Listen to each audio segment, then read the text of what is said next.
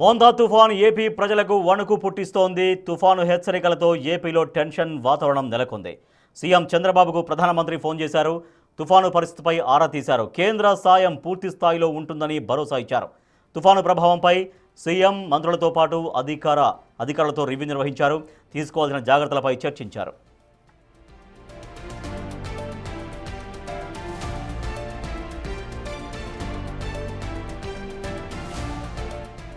Montha danger bells మోగిస్తోంది.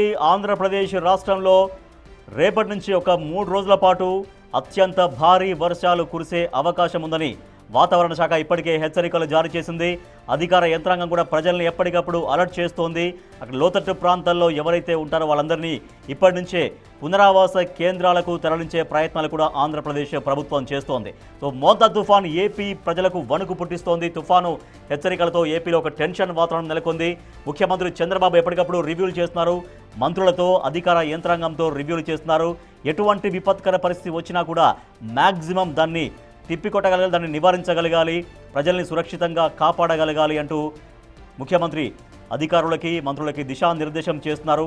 దాంతోపాటుగా ముఖ్యమంత్రి చంద్రబాబుకు ప్రధానమంత్రి నరేంద్ర మోడీ ఫోన్ చేశారు. తుఫాను పరిస్థితిపై ఆరా తీశారు. కేంద్ర సాయం పూర్తి స్థాయిలో ఉంటుందంటూ భరోసా ఇచ్చారు. తుఫాను ప్రభావం పైన ముఖ్యమంత్రి చంద్రబాబు నాయుడు మంత్రులతో పాటు అధికారులందరితో రివ్యూ నిర్వహించారు. సో ఈ 3 రోజులు చాలా పటిష్టంగా అధికార యంత్రాంగం పనిచేయాలంటూ ప్రజల్ని అప్రమత్తం చేయాలి, ప్రజల్ని సురక్షిత ప్రాంతాలకు తరలించాలి, ఎటువంటి విపత్కర పరిస్థితి వచ్చినప్పటికీ కూడా దాన్ని ఎదుర్కోవాలంటూ సూచిస్తున్నారు.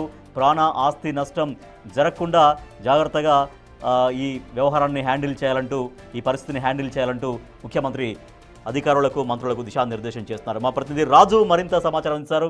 రాజు, రాబోయే 3 రోజుల్లో విపరీతంగా వర్షాలు కురుస్తాయని వాతావరణ శాఖ చెప్తోంది.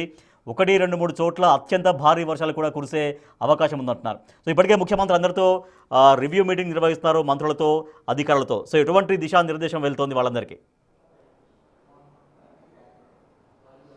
ముఖ్యంగా చూస్తే బంగాళాఖాతంలో ఏర్పడినటువంటి ఈ తుఫానుకి సంబంధించి మెంతా తుఫాన్ దాని ప్రభావం ఇప్పుడే స్టార్ట్ అయినటువంటిది అయితే ఉంది. అటు శ్రీకాకుళం నుంచి తిరుపతి వరకు ఉన్నటువంటి మొత్తం అన్ని జిల్లాల్లో ప్రాంతాల్లో అయితే ఉంది. అసలు వర్షం ఎలా ఉండబోతుంది ఏంటనేది నేను మ్యాప్ రూపంలో ఈరోజు రేపు ఎల్లుండ వాతావరణ శాఖ అధికారులు సూచిస్తున్నటువంటి లెక్కలను ఒకసారి నేను చూపించే ప్రయత్నం అయితే చేస్తాను. ఒకసారి ఇది డే 1 27వ తేదీ అక్టోబర్ 27 ఈ రోజు నుంచి కనుక చూస్తే ఇక్కడ మొత్తం 3 మార్క్స్ అయితే ఇచ్చిన ఆరెంజ్ అలర్ట్స్ అయితే ఇచ్చినటువంటిది అయితే ఉంది.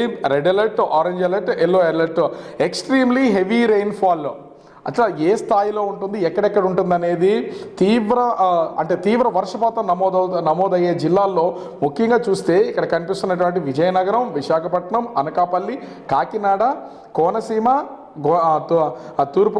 పశ్చిమ గోదావరి, కృష్ణా, గుంటూరు, బాపట్ల, ప్రకాశం, పొట్టి శ్రీరాములు, నెల్లూరు జిల్లా ఈ జిల్లాలకు సంబంధించి హెవీ రైన్ఫాల్ నమోదయ్యే అవకాశం ఉందనేది వాతావరణ శాఖ అధికారులు అయితే హెచ్చరికలు జారీ చేస్తున్నారు. ముఖ్యంగా చూస్తే అటు శ్రీకాకుళం, విజయనగరానికి సంబంధించి కొంత భాగం, పార్వతీపురం, మన్యం జిల్లా, అల్లూరు సీతారామరాజు జిల్లా, ఏలూరు, ఈస్ట్ గోదావరి, ఎన్టీఆర్, పల్నాడు, నంద్యాల, వైఎస్ఆర్ కడప, అన్నమయ్య, తిరుపతి, చిత్తూరు ఈ జిల్లాల్లో heavy to very heavy rains పడే అవకాశం అయితే ఉంది. ఇప్పటికే ఈ సముద్ర తీర ప్రాంత జిల్లాలకు సంబంధించి మొదటి రోజు కావడంతో అన్ని జిల్లాల్లోనూ భారీగా వర్షాలు కురుస్తున్నటువంటిది అయితే ఉంది. ముఖ్యంగా చూస్తే ఇది డే 2కి సంబంధించి అంటే రేపు సముద్రం ఇప్పుడు తుఫాను తీరం దాటడానికి 2వ రోజు 28వ తేదీ అక్టోబర్కి మాత్రము చూస్తే మొత్తం మ్యాపింగ్ అంతా కూడా మారిపోయినటువంటిది అయితే మనం ఇక్కడ విజువల్లో కూడా చూడొచ్చు.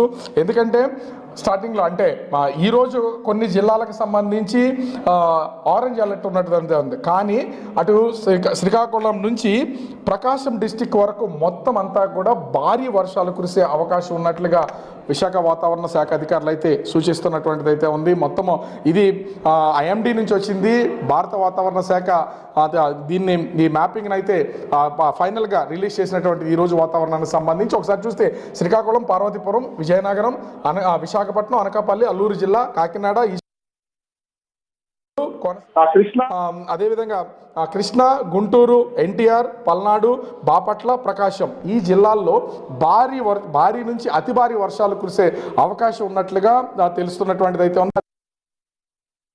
పొట్టి శ్రీరాములు, అన్నమయ్య, తిరుపతి జిల్లాలకు సంబంధించి హెవీ రైన్స్ కురిసే అవకాశం అయితే ఉంది.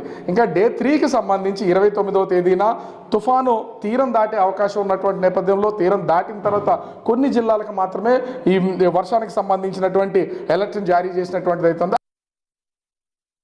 విశాఖపట్నానికి సంబంధించి కొంత భాగం మాత్రము హెవీ అంటే భారీ వర్షాలు కురిసే అవకాశం అయితే ఉంది. దాంతోపాటుగా ఎన్టీఆర్, గుంటూరు, కృష్ణా, వెస్ట్ గోదావరి, ఏలూరు జిల్లాలు మనం ఈ మ్యాప్లో కనుక చాలా స్పెసిఫికేషన్స్ వాతావరణ శాఖ ఇచ్చినటువంటి వాటిని అయితే చూడొచ్చు. అంటే తుఫాన్ తీరం దాటిన తర్వాత 3వ రోజు ముఖ్యంగా చూస్తే 29వ తేదీన అటు ఉత్తర కోస్తా అదేవిధంగా దక్షిణ కోస్తాలో ఉన్నటువంటి కొన్ని జిల్లాల్లో భారీ నుంచి అతి భారీ వర్షాలు కురిసే అవకాశం ఉందనేది తెలియజేస్తున్నారు. అదేవిధంగా ముఖ్యంగా చూస్తే అంటే ఆరెంజ్ అలర్ట్కి సంబంధించి అల్లూరు సీతారామరాజు, అనకాపల్లి, కాకినాడ, ఈస్ట్ గోదావరి, కోనసీమ, పల్నాడు, బాపట్ల, ప్రకాశం.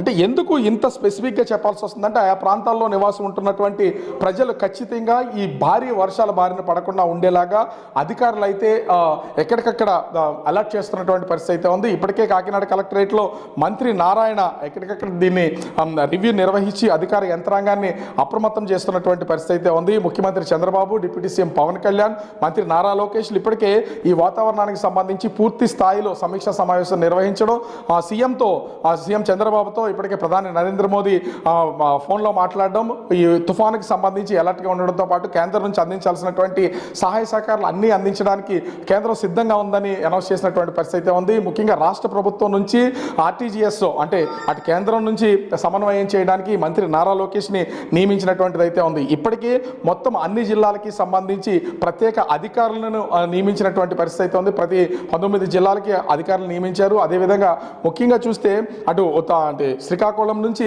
పశ్చిమ గోదావరి జిల్లా, తూర్పు గోదావరి జిల్లా వరకు ఇక్కడ అజయ్ జైన్ ప్రత్యేక అధికారిగా అంటే కలెక్టర్లకి పైన అదేవిధంగా ప్రత్యేక అధికారులకు పైన కూడా స్పెషల్ ఆఫీసర్గా అజయ్ జైన్ని, అదేవిధంగా పశ్చిమ గోదావరి నుంచి తిరుపతి జిల్లా వరకు ఆర్పి సిసోడియాను ఇప్పటికే నియమించినటువంటి పరిస్థితి ఉంది. SDRF, NDRF teams heavy rains అదేవిధంగా 90 నుంచి 110 కిలోమీటర్ల వేగంతో ఈదురుగాలు వీచే అవకాశం ఉన్నటువంటి నేపథ్యంలో వీటి నుంచి దానికి పడిపోయినటువంటి చెట్లు, స్తంభాలని అన్నింటినీ కూడా తీసివేయడానికి ఎస్డీఆర్ఎఫ్, ఎన్డీఆర్ఎఫ్ టీమ్స్ అయితే ఉన్నటువంటి పరిస్థితి ఉంది.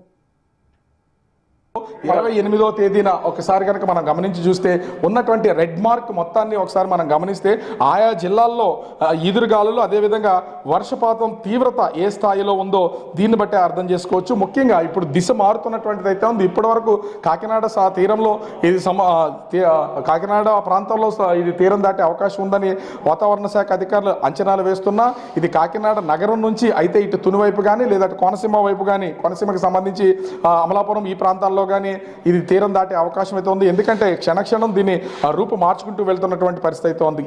ఈ నేపథ్యంలోనే మొత్తం దాదాపుగా చూస్తే 269 పునరావాస కేంద్రాలను ఏర్పాటు చేయడంతో పాటు 30 మంది టీంతో ఎన్డీఆర్ఎఫ్ టీమ్స్ని అదేవిధంగా 50 మంది ఎస్డీఆర్ఎఫ్ టీమ్స్ని కాకినాడ పరిసర ప్రాంతాల్లోకి అందుబాటులో ఉంచినటువంటి పరిస్థితి అయితే ఉంది. జేసీబీలు, ట్రాక్టర్లు, జనరేటర్లు అందుబాటులో ఉంచారు. ఇంచుమించుగా ఇప్పటికే దాదాపుగా 140 మంది గర్భిణీ స్త్రీలని ఐడెంటిఫై చేసినటువంటి నేపథ్యంలో వాళ్ళని అయితే హాస్పిటల్కి పంపించినటువంటి పరిస్థితి అయితే కనిపిస్తుంది. ఇంచుమించుగా 616 బోట్లను ఇప్పటికే ఆ సముద్రం నుంచి చాలా వరకు, ఎందుకంటే సముద్రంలో వేటకు వెళ్ళినటువంటి వాటన్నింటినీ కూడా తీరాలకి పంపించినటువంటి పరిస్థితి ఉంది. కొన్ని ప్రాంతాల్లో 29వ తారీఖు వరకు అన్ని ప్రభుత్వ, ప్రైవేటు అంటే స్కూల్స్ దగ్గర నుంచి డిగ్రీ కాలేజీ వరకు అందరికీ పరిస్థితి కనిపిస్తుంది. ముఖ్యంగా ఇప్పటికే స్తంభాలు ఎక్కడన్నా దాదాపుగా 90 నుంచి 110 కిలోమీటర్ల వేగంతో ఈదురుగాలు వీచే అవకాశం ఉన్నటువంటి నేపథ్యంలో కరెంటు స్తంభాలన్నీ కూడా కూలిపోయే అవకాశం ఉంటుందని ఒక అంచనా వేస్తున్నారు. దీనికోసం దాదాపుగా 1000 స్తంభాలకు పైనే అందుబాటులో ఉంచినటువంటి పరిస్థితి కనిపిస్తుంది. అంటే ఎక్కడికక్కడ రాష్ట్ర ప్రభుత్వం ఇప్పటికే అన్ని ఏర్పాట్లు తెలుస్తుంది.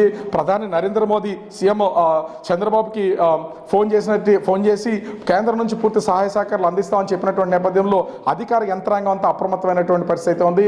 డిజాస్టర్ మేనేజ్మెంట్ కూడా కొన్ని సూచనలు అయితే చేస్తున్నాయి. చెట్ల కింద దయచేసి ఎవరు ఉండొద్దని చెప్తున్నారు. అదేవిధంగా బిల్డింగులు, పాడుపడినటువంటి బిల్డింగుల దగ్గర కూడా ఎవరు ఉండొద్దని హెచ్చరికలు జారీ చేస్తున్నటువంటి పరిస్థితి ఉంది. వర్షాలకు సంబంధించి అటు శ్రీకాకుళం నుంచి అటు ముఖ్యంగా చిత్తూరు వరకు కూడా భారీ వర్షాలు ఈ రోజు, రేపు, ఎల్లుండి కురిసే అవకాశం అయితే కనిపిస్తుంది. రాజేష్. రైట్, థ్యాంక్ యూ రాజు. మోంతా తుఫాన్ ఏపీలో డేంజర్ బెల్స్ మోగిస్తోంది. ఇదో ముఖ్యమంత్రి చంద్రబాబు మంత్రులతో అధికారులతో ఎప్పటికప్పుడు రివ్యూస్ నిర్వహిస్తున్నారు.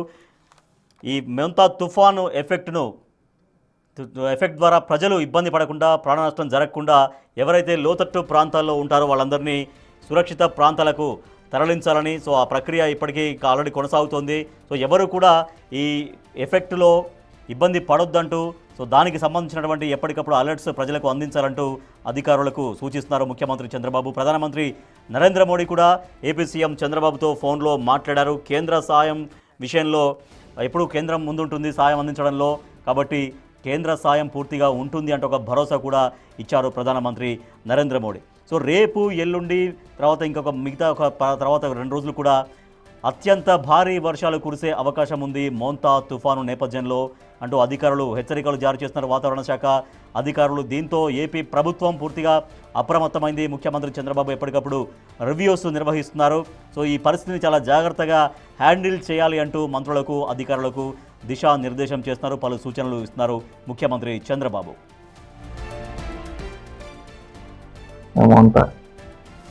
బాగుంది.